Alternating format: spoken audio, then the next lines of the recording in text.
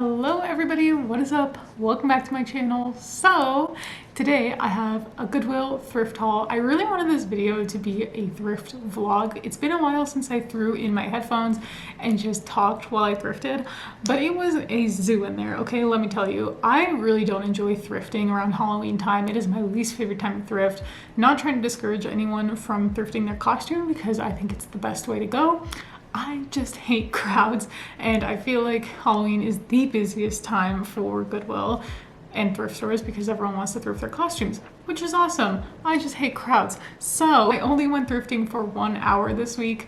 On top of that, I've been given a lot of clothes by family members because they're cleaning out their closets. So I just have a ton of stuff to list, and I really didn't have a need to thrift a whole lot this week. So yeah, I found all this stuff in just an hour. So found some really good stuff. I'm excited about it, and I did the Thrift With Me clips like I usually do, so I'll throw that in here so you guys can see what I bought, what I didn't buy, why I didn't buy it. Also, if you've been watching my last few videos, I've been doing best and worst sales, so I will include that at the end of this video where I tell you what my favorite sale was and what my least favorite sale was, which sometimes isn't always based on most profit. It might be because it's something that sold quickly, or maybe something that finally sold after forever. So keep watching until the end for that. If you're new to my channel, I'm a part-time reseller on Poshmark and Mercari. Although there's been a lot more buying than selling lately, Poshmark has been dead for me. Can anyone else relate to this? Like, I am not selling anything. It is awful.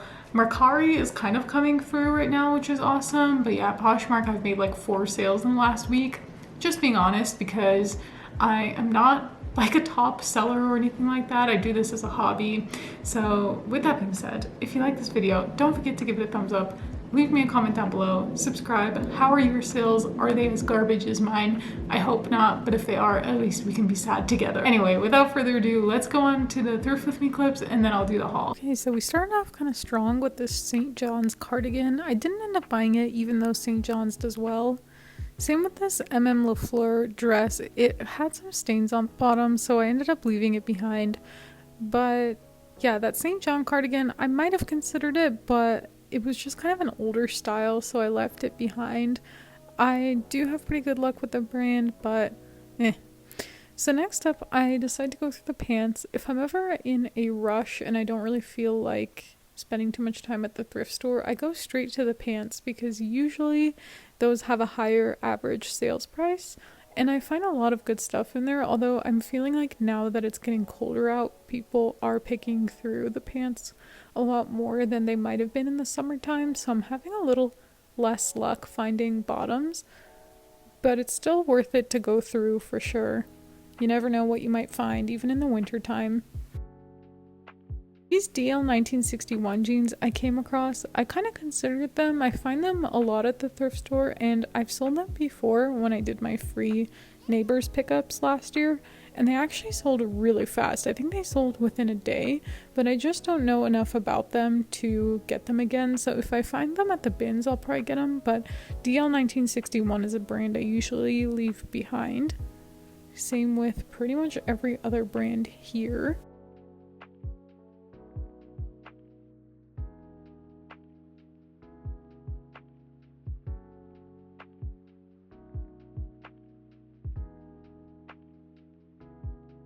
I found these Citizens of Humanity jeans, which were a low rise. If I would have found these at the bins, I probably would have gotten them. They were only $8, but because they were low rise, I left them behind. The comps were kind of all over the place, but I've heard from someone on Instagram that those jeans actually do really, really well for them. This was a Rag & Bone top, and Rag & Bone is one of those brands that I was getting excited about a couple months ago, and it just does not sell for me. I think I've sold like 1 Rag & Bone item, and the rest just like sits forever. So I stopped picking it up. That was an Ariat shirt, but it was white, and I didn't bother looking up the comps, even though I probably should have, but I was kind of in a rush and it wasn't really my style, so I ended up not looking it up. I do kind of still want to be excited about the things that I'm getting.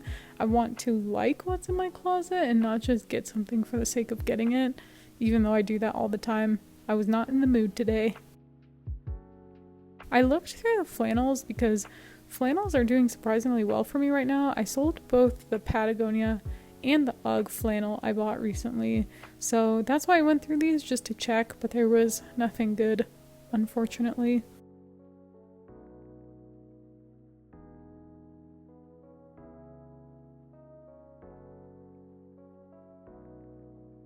Okay, these shoes were kind of amazing. I kind of wish I would have looked them up because I bet they would have sold for something, but I did not. They were like the 90's Y2K shoe vibes of my dreams, but I kind of regret not getting those now that I think about it. I should have looked them up.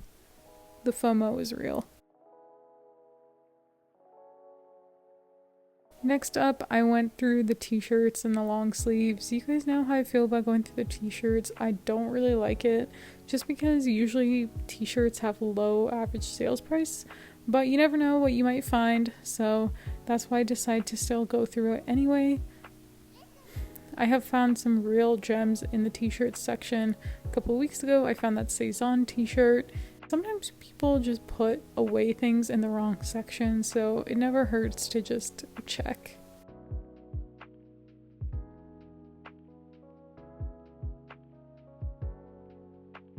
I know in my video I complained about how many people were at the thrift store, and I know it doesn't look like it was that much, but I just found the aisles where no one was around to film. Just a little FYI, it was actually really crowded this day.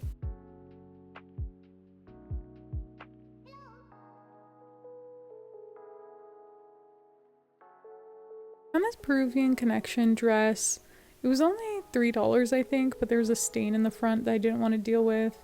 These Allbirds I left behind, unfortunately they had holes all up and down the sides, so I didn't get them. And then these leather booties were a brand called Cougar. They look like they might have been something, but they were not reselling for a whole lot, so I left them. And this was a Haas dress from Anthropologie. I actually put it back, and then I saw a girl walking around with it, so I had huge FOMO. I kind of wish I would have gotten that, but oh well. And then this was a L'Agence dress. I don't normally find this brand, but the style looked a little outdated, so I left it. Alright, in no particular order, the first thing that I picked up were these Juicy Couture velour sweatpants.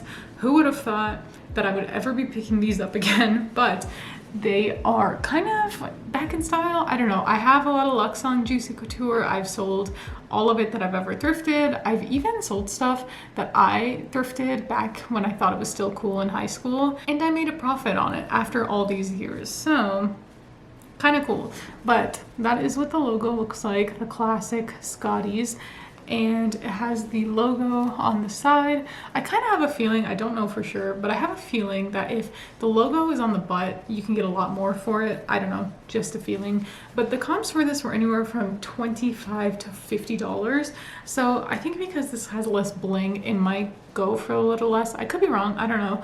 But Juicy Couture does well for me if it's the right price. I do recommend picking it up. I believe I paid $4 for this, so it was the right price, and I decided, why not? The next thing I got is a new to me brand. I've never seen this before, at least I don't think I have, but it's the brand Iro, or I-R-O. Looks like that. Ori? Just kidding, I think it's Iro.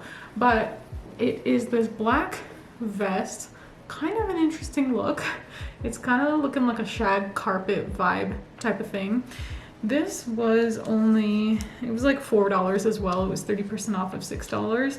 And the brand was looking like it was doing pretty well on Poshmark. The comps were like 80, maybe $50 to $80. I'm hoping it'll sell for that much. If it does, that'd be really cool. But I wanted to experiment with this brand since I had never found it before. So that was a new to me one.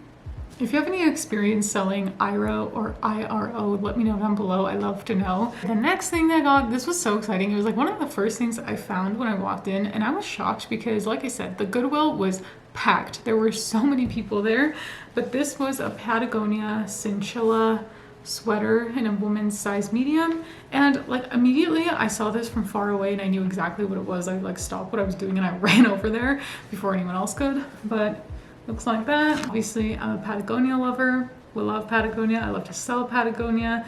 These sweaters apparently do really well. I don't think I've ever found this style that wasn't unbranded. This is a first for me, so very exciting. I paid $11 for this, but the comps looked like they were anywhere from $75 to $90. There were some listed for like over 100, and people were trying to say that this is a rare print. I don't think this is a rare print. I saw quite a few of these on Poshmark, so I don't think I will be listing it as rare, but we'll see how it does. Anytime I find Patagonia and it has the logo somewhere, I do get excited. If it doesn't have a logo, it is a slower sell for me personally, but for the right price, I always pick up Patagonia. Older styles I will pass up on, especially like older t-shirts and base layers, not as exciting. This is actually the last thing I found. Like I said, I really didn't get a whole lot, and of course, as I'm finishing up filming this video, the sun decides to come out. Whatever. So this is an Urban Outfitters jumper. The comps for this were all over the place. I mean, they were like $10 to $40. I think I'm gonna list this for $35, but I tried this on and now one of the legs is, no, it's all messed up. Cooperate with me.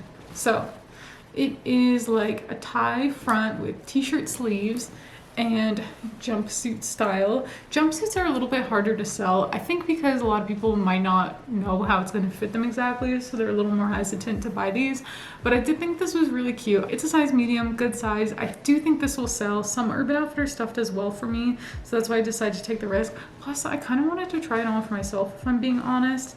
And this was only $6.99. I don't know, some things make sense in my head when I'm at the thrift store and I get home and I'm like, why did you get that? Okay, now it is time for best and worst sale. So like I said, last week on Poshmark, I made almost no sales. I think I made 3 or 4.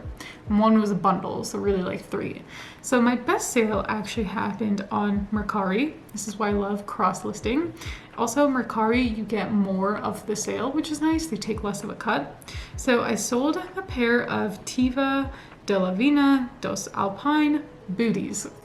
I don't know, that was awful. So they are a pair of purple boots. They're weatherproof. I believe I paid $14 or $15 for them, so I definitely paid up a little. So they sold for $57, which was a little less than what I wanted, but because I had made almost no sales that week, I decided to settle. I could have absolutely held out and made more on them, but yeah, I needed to make a sale for my own sanity. So I accepted the offer of $57. I made $50, so it was really $35 after the cost of goods.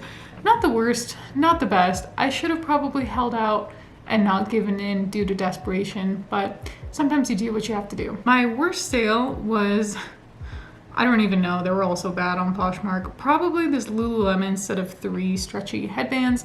They were mine, so it's not like I lost any money on them, but I wanted $25 for them. The person originally offered me $10. I countered $20. She countered $15, and I just took the $15 because, again, desperate for a sale here. So I only made $12 on them. I'm pretty sure I paid more than that for each headband, so the person got an awesome deal, but I don't know, I was just never gonna wear them again. So cost of goods, I guess, was 0, but it's not really 0 because I had to buy them at one point. So I'm curious to know what you guys think when you make a sale for a personal item rather than something that was sourced.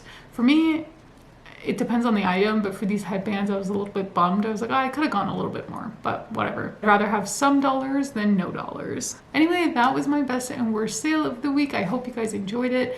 Again, if you like this video, don't forget to give me a thumbs up, leave me a comment down below, and subscribe, and I'll see you guys next time. Bye.